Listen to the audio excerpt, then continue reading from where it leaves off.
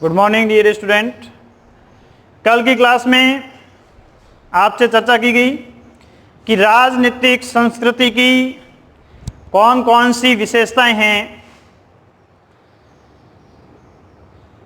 और राजनीतिक संस्कृति व डेमोक्रेसी में क्या संबंध है।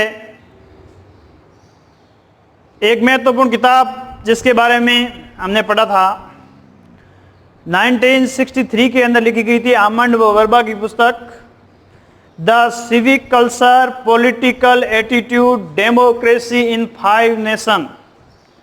फिर आपसे ये भी पूछ सकते हैं वो 5 देश कौन से हैं जिनमें आमंड वर्बा ने राजनीतिक संस्कृति का अध्ययन किया। तो मैंने आपको ट्रिक्स बताया था IMBG। I का मतलब इटली, A का मतलब अमेरिका, M का मतलब मैक्सिको, B का मतलब ब्रिटेन, G का मतलब जर्मनी। इस प्रकार से विद्यार्थियों इन बातों पे हमारी चर्चा हुई। आज हम पढ़ेंगे राजनीतिक संस्कृति के प्रकार। राजनीतिक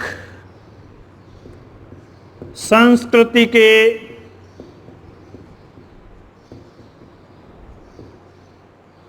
मुख्य 2 प्रकार हैं।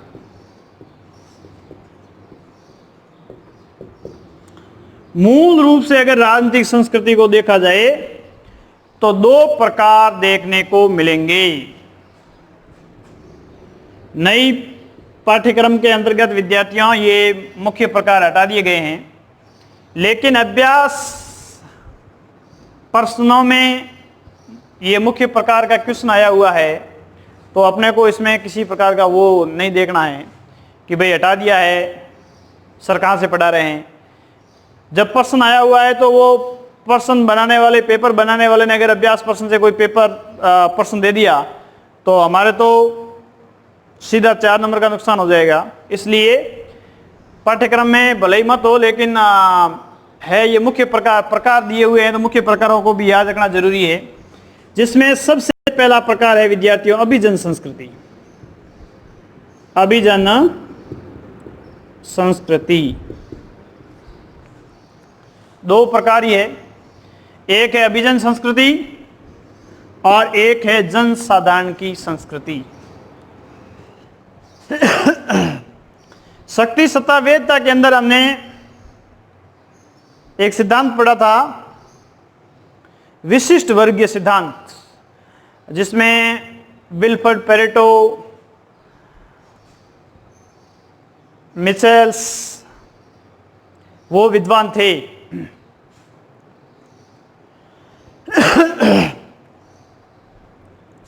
जिन्होंने ही इस प्रकार से विशिष्ट वर्ग की बात कही थी, वो अभिजन संस्कृति की बात ही थी। अभिजन नाम से ही पता है, विशेष प्रकार के लोग। अभिजन संस्कृति वह संस्कृति है, उन लोगों की संस्कृति है जो संख्या में कम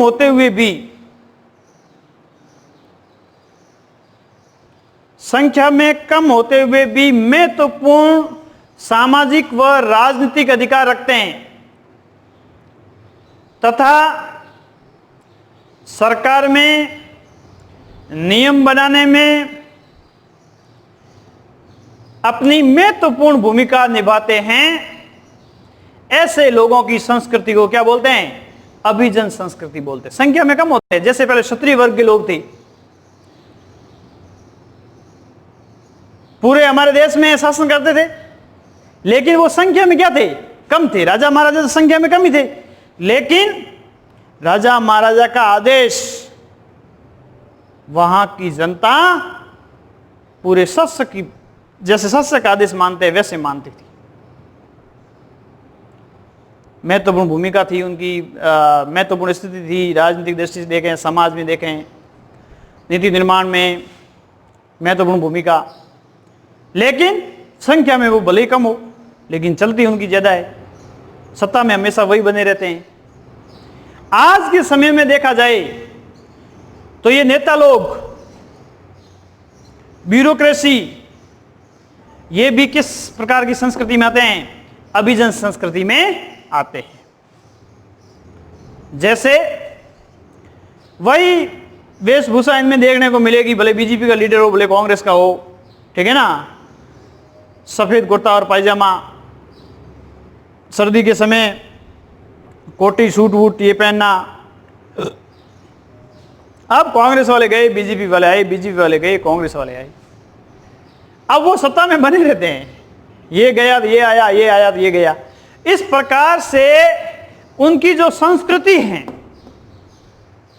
वो एक कुछ लोगों की है, लेकिन उनके पास में महत्वपूर्ण अधिकार होते हैं। तो इस प्रकार की संस्कृति जो है विद्यार्थियों क्या कहलाती है? अभिजन संस्कृति कहलाती है। यानी पुराने जमाने के अंदर जो क्षत्रिय वर्ग की संस्कृति थी, उच्च वर्ग की जो संस्कृति थी, वो संस्कृति, ठीक है ना, संख्या में कम होते हुए भी ये लोग संख्या में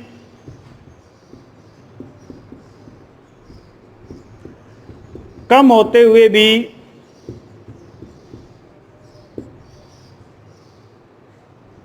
महत्वपूर्ण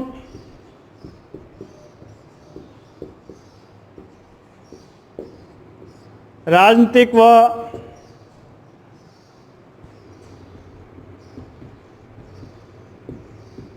सामाजिक प्रभाव रखते हैं।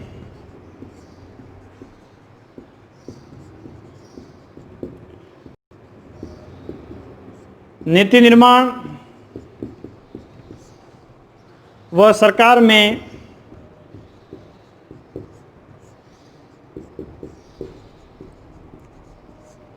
इनकी महत्वपूर्ण भूमिका होती है।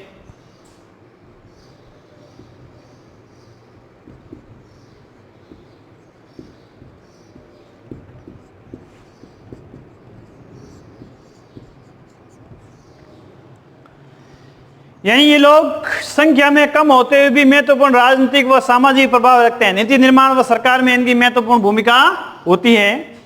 ऐसे लोगों की संस्कृति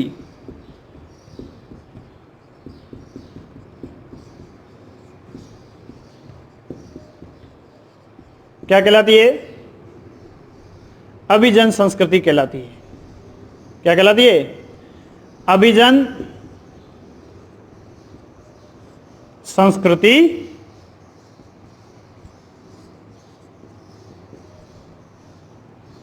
कहलाती है। अभिजन यानी एक विशेष प्रकार के लोग, सरकारी निर्णयों में महत्वपूर्ण भूमिका। विशेषताओं की बात करें, इनकी अभिजन संस्कृति की विशेषता बताइए।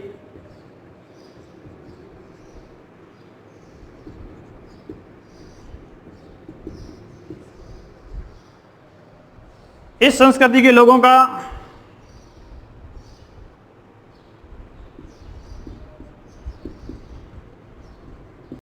इस संस्कृति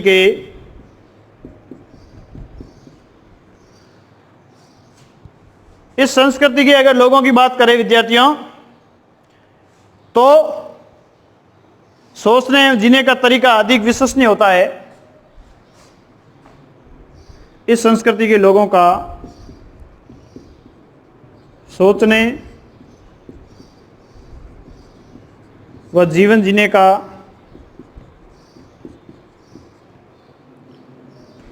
तरीका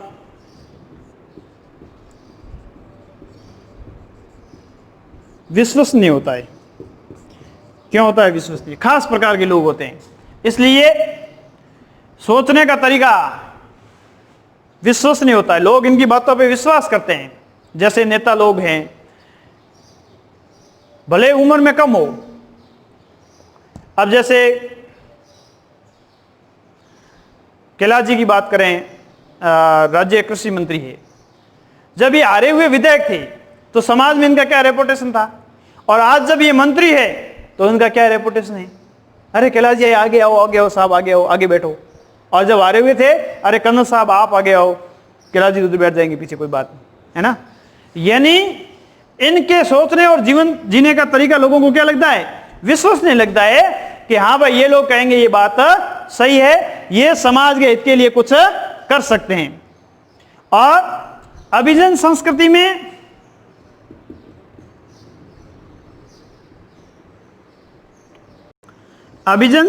में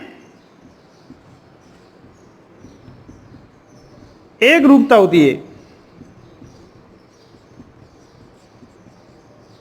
जैसे पेरेटो ने कहा कि ये हमेशा केंद्र में बने रहते हैं, केंद्र परिधि का सिद्धांत दिया, ये हमेशा केंद्र में बने रहते हैं और परिधि वाले लोगों को डराते हैं कि भाई साहब ये राजनीति करना तो एक तलवार की धार के ऊपर चलने जैसा है, हम तो एक जहर का घूंट पी करके सरकार चला रहे हैं, न निजी जीवन है, न परिवार के लिए समय निकाल पाते हैं, सब दिन बस हर समय लोगों के लिए दौड़ते रहते हैं। यानी इन एक रूपता होती है, यानी ये लोग ही हमेशा सत्ता में बने रहते हैं, भले इस पार्टी वाले गए तो इस पार्टी वाले आ गए, लेकिन ये जो आम साधारण जनता जो लोग हैं, वोट देने वाले हैं, गरीब लोग जो हैं, इनको कभी इधर केंद्र में आने का मौका नहीं मिलता। यानी अभिजन संस्कृति में क्या देखने को मिलती है? एक रूपता देखने को मिलती है, भले सरकार बीजेपी की हो, भले कांग्रेस की हो, लेकिन मुख्यमंत्री का चाल चलन और नेताओं का कहना, वादे करना, फिर निभाने से किस प्रकार से आना करनी या जिस प्रकार से तरीके से पेश करनी, ये सारी बातें जो हैं एक इस बात की ओर संकेत करती है विद्यार्थियों कि सोचने और जीने का तरीके के साथ साथ में इनमें जो है एक रूपता देखने को मिलती है। और राजनीतिक समाजों में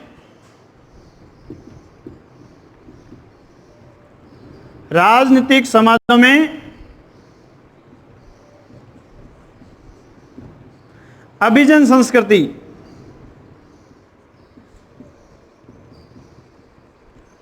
व जनसाधारण की संस्कृति में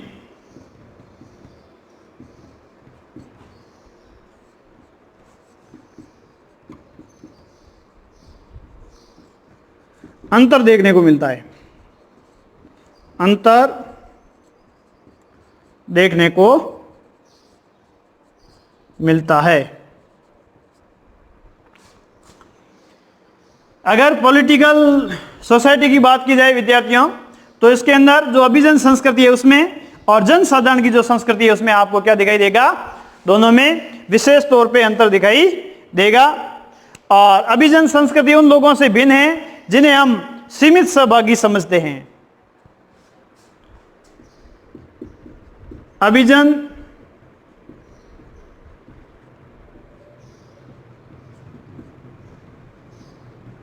संस्कृति के लोग उन लोगों से भिन्न हैं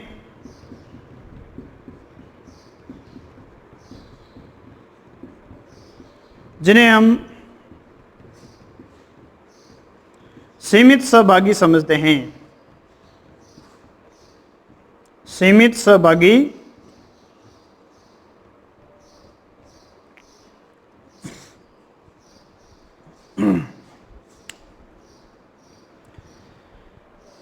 हम ये अनुमान नहीं लगा सकते ये लोग संख्या में कम है इसलिए इनकी भागीदारी बहुत कम होगी, ठीक है ना। अब हम ये देख लेते हैं कि भाई देखो एनडीए के जो हैं 300 से अधिक विधायक हैं, सॉरी एमपीज हैं, तो उन एमपी की भूमिका अधिक है और ये 78 या 78 के आसपास जो है अपने मंत्री है, इनकी भूमिका कम है, इनकी कम चलती नहीं, ऐसा नहीं होता है। ये संख्या में भले कम है लेकिन वो 300 के ऊपर भारी है, 300 क्या 543 के ऊपर भी ये लोग भारी होते हैं क्योंकि नीति निर्माण में इनकी महत्वपूर्ण भूमिका होती है। तो ये बात हुई विद्यार्थियों अभिजन संस्कृति की। अब दूसरी संस्कृति कौन सी है? जनसाधारण की संस्कृति। जनसाधारण की संस्कृति ये आम जन की संस्कृति होती है, ठीक है ना, आम लोगों की संस्कृति होती है विद्यार्थियों। ये लोग जिनके हाथ में सत्ता नहीं होती और सरकारी निर्णयों में इनकी कोई भूमिका नहीं होती और कार्य पद्धति भी अलग अलग होती है, वे लोग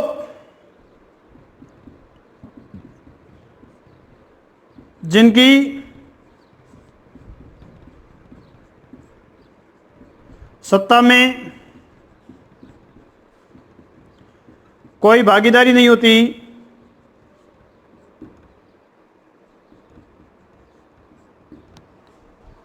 राजनीतिक सहभागिता नहीं होती है, राजनीतिक सहभागिता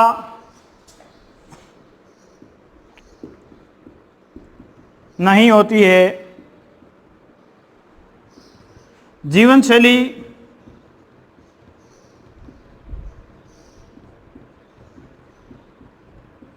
भिन्न भिन्न प्रकार की होती है, भिन्न भिन्न प्रकार की होती है। यानी इस प्रकार से व्यवहार या कार्य पद्धति भी अलग प्रकार की होती है, कार्य पद्धति भी अलग होती है।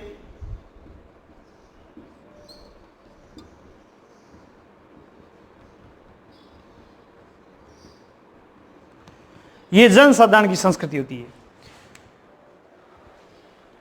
जनता कभी एक नहीं होती कि हां हम तो इस बार ये नेता लोग हैं, हमेशा यही जीतते हैं, भले इसमें काम कराने का वो हो या नहीं हो।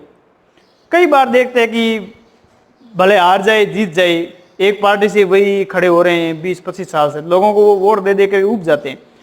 पक्ष में दो, भाई इस पार्टी को दो तो भी उसका वही नेता है, और दूसरी पार्टी को दो उसमें भी वही नेता खड़ा होते हैं, कई सालों तक हम देखते हो।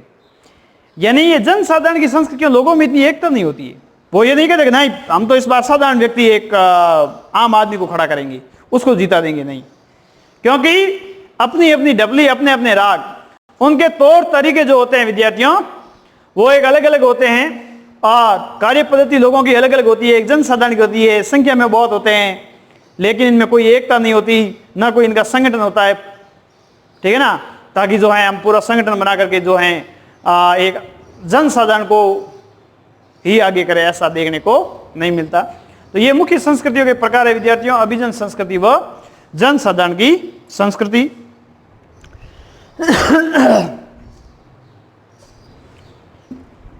अब हम बात करेंगे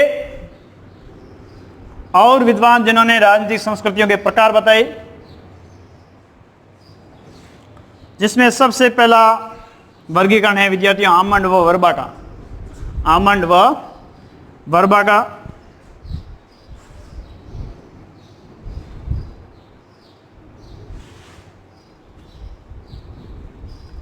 आमंड वर्बा के अनुसार अगर देखा जाए विद्यार्थियों, तो आमंड वर्बा ने राजनीतिक संस्कृति के 3 प्रकार बताए। आमंड व वर्बा ने 3 प्रकार की राजनीतिक संस्कृति बताई। आमंड व वर्बा ने 3 प्रकार की राजनीतिक संस्कृति बताई।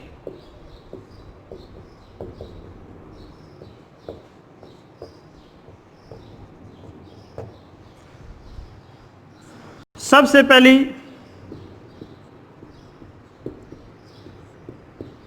संकीर्ण राजनीति संस्कृति।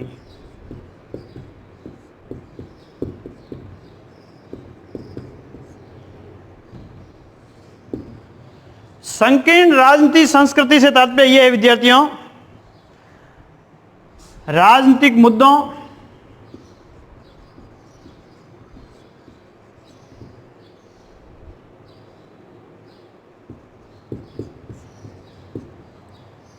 व राजनीतिक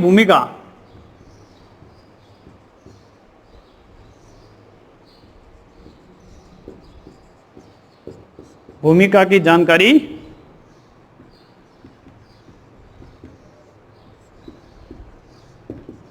नहीं होती है। बहुत इंपॉर्टेंट बात है। संकीर्ण सोच होती है लोगों, जिस प्रकार से अब तानाशाही रवैये वगैरह देखते हैं, वहां पे जनता से कुछ नहीं पूछा जाता, वही जो प्रशासक है वही सब कुछ निर्णय लेता है, और जनता भी देखती है को नरपो हमें कहा नहीं, संकीर्ण सोच रखते हैं। राजनीतिक सहभागिता नहीं होती। तो एक संकीर्ण राजनीतिक संस्कृति वो होती है जिसमें राजनीतिक मुद्दे कौन से हैं हमारे, और हमारी राजनीति में क्या भूमिका हो सकती है, इन दोनों के बारे में कोई जानकारी लोगों को नहीं होती। इस प्रकार की राजनीतिक संस्कृति क्या कहलाती है? संकीर्ण राजनीतिक संस्कृति कहलाती है। दूसरी राजनीतिक संस्कृति है विद्यार्थियों अधीन या प्रजाभावी राजनीतिक संस्कृति। अधीन राजनीतिक संस्कृति की बात करें, इसमें क्या होता है?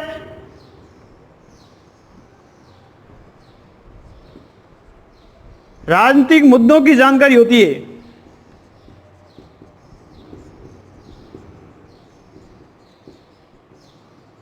परंतु राजनीतिक भूमिका की जानकारी नहीं होती। राजनीतिक भूमिका की जानकारी नहीं होती।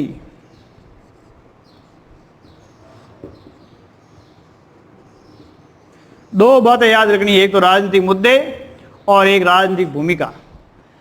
संकीर्ण है, ना तो वहां पे राजनीतिक मुद्दों की जानकारी होगी और ना ही वहां पे राजनीतिक भूमिका की लोगों को जानकारी होगी।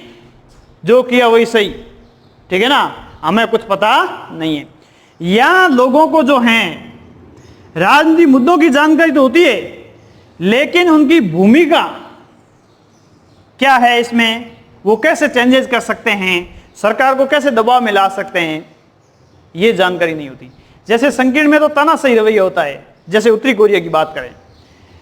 अधीन प्रजाभावी में क्या होता है, जैसे कम्युनिस्ट सिस्टम है, वहां लोगों को मुद्दों की जानकारी तो है, ये गड़बड़ कर रहे हैं और एक ही पार्टी को शासन करने से क्या तानाशाही रवैया उत्पन्न हो जाएगा, जनता से कोई नहीं पूछेगा। लेकिन उन्हें यह पता नहीं है कि हम ये कम्युनिस्ट शासन को चेंज कैसे करें। कुछ लोगों के कहने से ये परिवर्तित होने वाला नहीं है, क्योंकि हमारे एक व्यवस्था का एक रूप ले चुका है। तो ये जो बात है विद्यार्थियों, अधीन या प्रजाभावी राजनीतिक संस्कृति की बात है। तो इसमें क्या होता है? राजनीतिक मुद्दों की जानकारी यस, राजनीतिक भूमिका की जानकारी नो, ठीक है। और तीसरी है विद्यार्थियों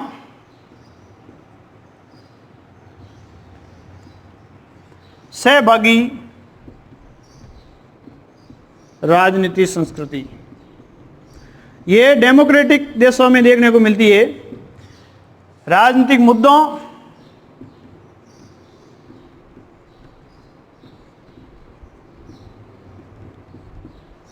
व राजनीतिक भूमिका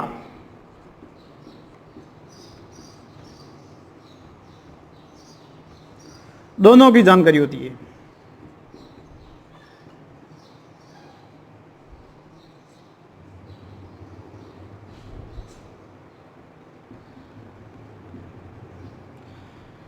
सहभागी राजनीतिक संस्कृति डेमोक्रेटिक कंट्री में होती है, जहां राजनीतिक मुद्दे कौन कौन से हैं, उस मुद्दों को सरकार पूरा कर पाई है या नहीं कर पाई है, और हमारी क्या भूमिका है, हम इस सरकार को वापस मौका दे कि नहीं दे। यानी वे लोग सहभागी होते हैं, सत्ता के अंदर सहभागी होते हैं, और वे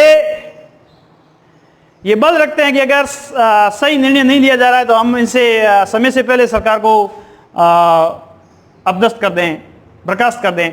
ये सारी बातें जो हैं विद्यार्थियों, वो सहभागी राजनीतिक संस्कृति के अंतर्गत होती है।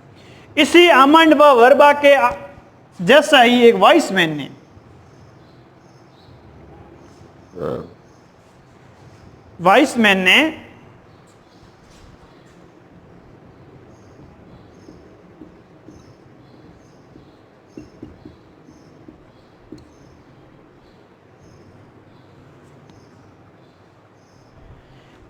ने भी इस प्रकार से संस्कृति का निर्धारण किया विद्यार्थियों। 3 विशुद्ध और 3 मिश्रित संस्कृतियां बताई। 3 विशुद्ध व 3 मिश्रित राजनीतिक संस्कृतियां बताई।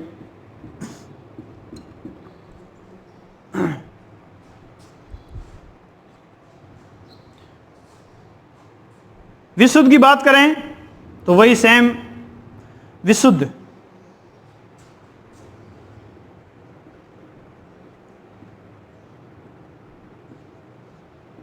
राजनीतिक संस्कृति,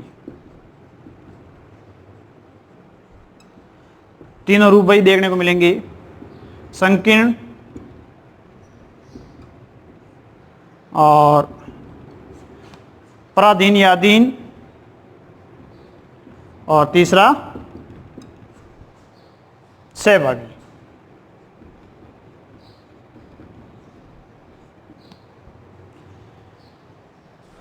मिश्रित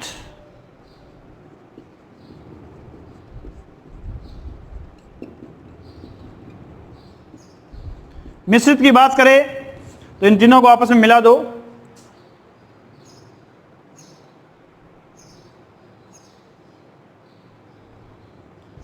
संकीर्ण, पराधीन, नंबर 1। नंबर 2 संकीर्ण, सहभागी, और नंबर 3 सिर्फ सहभागी, जिसमें किसी भागीदारी की जरूरत नहीं। तो ये 3 प्रकार, इसी के आधार पर जिस प्रकार से आमंड व वर्बा ने बताए, संकीर्ण राजनीतिक संस्कृति, अधीन, सहभागी, इसमें दोनों की जानकारी नहीं होती। यहाँ पर राजनीतिक मुद्दों की पता होता है लेकिन भूमिका का पता नहीं, यहाँ मुद्दे और भूमिका दोनों का पता होता है। वाइसमैन ने इसी के आधार पर ही 3 तो बताए, विशुद्ध और 3 मिश्रित। विशुद्ध कौन से? संकीर्ण, पराधीन और सहभागी, सेम, और वापस इनको आपस में क्या कर दिया? मिक्स कर दिया। संकीर्ण को पराधीन से मिला दिया, संकीर्ण को सहभागी से मिला दिया, सहभागी को स्वतंत्र छोड़ दिया। इसी प्रकार फाइनर ने, किसने? फाइनर ने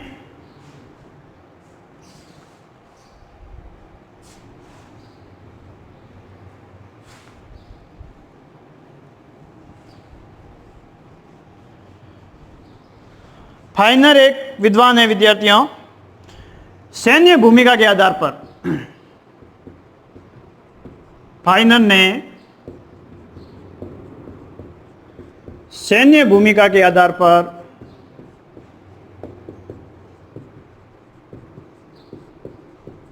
राजनीतिक संस्कृति का वर्गीकरण किया।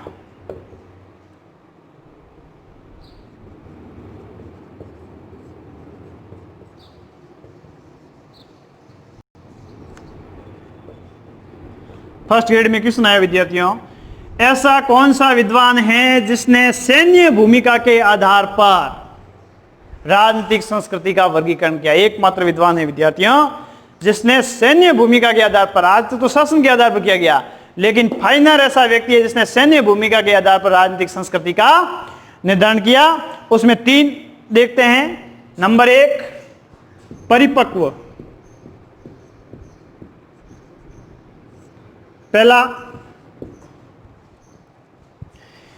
पहली बात परिपक्व, विकसित,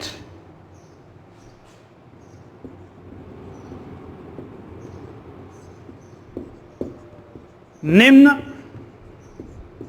व न्यून स्तरीय, ये प्रकार बताए विद्यार्थियों।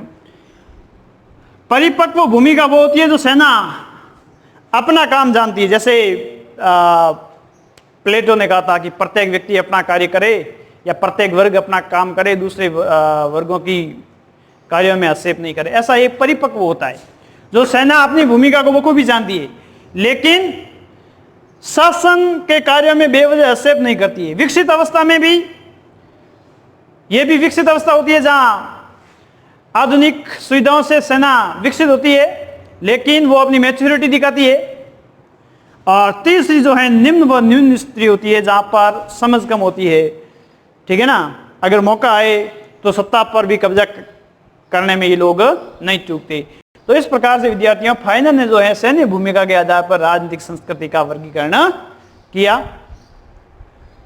ये तो है राजनीतिक संस्कृति के प्रकार, किसने कितने बताए। मुख्य प्रकार 2, फिर आमंड व वर्बा में 3 प्रकार बताए।